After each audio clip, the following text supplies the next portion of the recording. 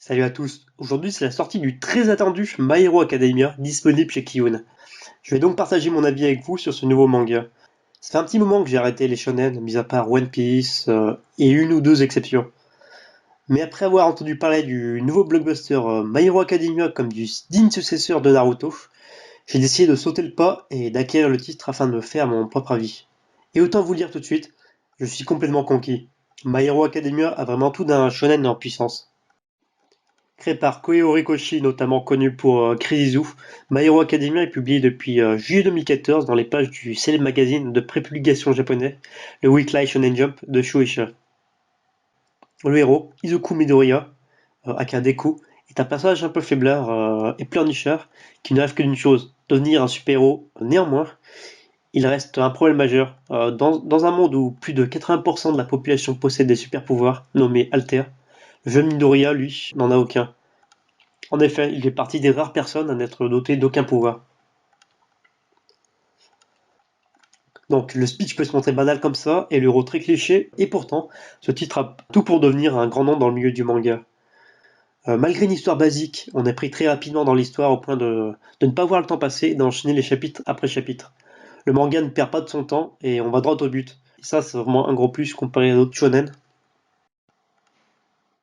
Donc le héros et le scénario ont beau être basiques, ce qui fait vraiment la force de ce shonen, ce sont les dessins. Très orienté comics US, le chara design casse avec l'habituel. On en prend littéralement plein les yeux tout le long des deux premiers tomes. Le personnage d'All Might est vraiment très bien écrit. L'auteur a su personnifier ce que j'appelle l'incroyablement grotesque des comics US et en faire un personnage très cliché, mais vraiment incroyable et à mourir de rire. Et le tout servi encore une fois par un dessin tout simplement splendide. Donc on prend vraiment beaucoup de plaisir à lire My Hero Academia, et on sent que l'auteur aussi prend du plaisir par même occasion à dessiner cette histoire. Il faut aussi saluer par la même occasion Kiun, pour avoir sorti simultanément les deux premiers tomes du manga.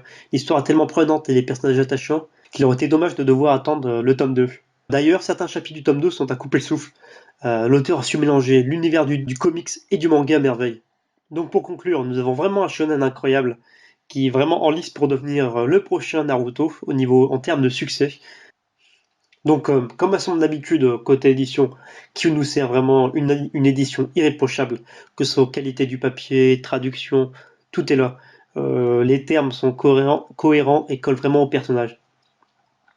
Donc pour conclure sur cette petite critique, on a une histoire vraiment classique, mais terriblement bien menée. On a des personnages très attachants, notamment All Might par exemple. Une intrigue qui ne traîne pas en longueur, on va droit au but. Et ça fait plaisir, l'histoire avance vite. On a des dessins vraiment magnifiques, donc on en prend plein les yeux comme j'ai pu le dire précédemment. Par contre, on a quelques points négatifs, en tout cas pour ma part, le personnage de Kachan est difficilement supportable. On voit pas trop où ce que l'auteur va en venir avec ce personnage-là. On n'a pas de surprise niveau scénario. L'histoire, pour le moment, ne surprend pas, et on arrive facilement à anticiper ce qui va se passer.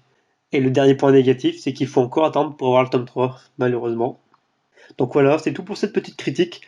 Si la vidéo vous a plu ou si elle vous a été utile, n'hésitez pas à la partager.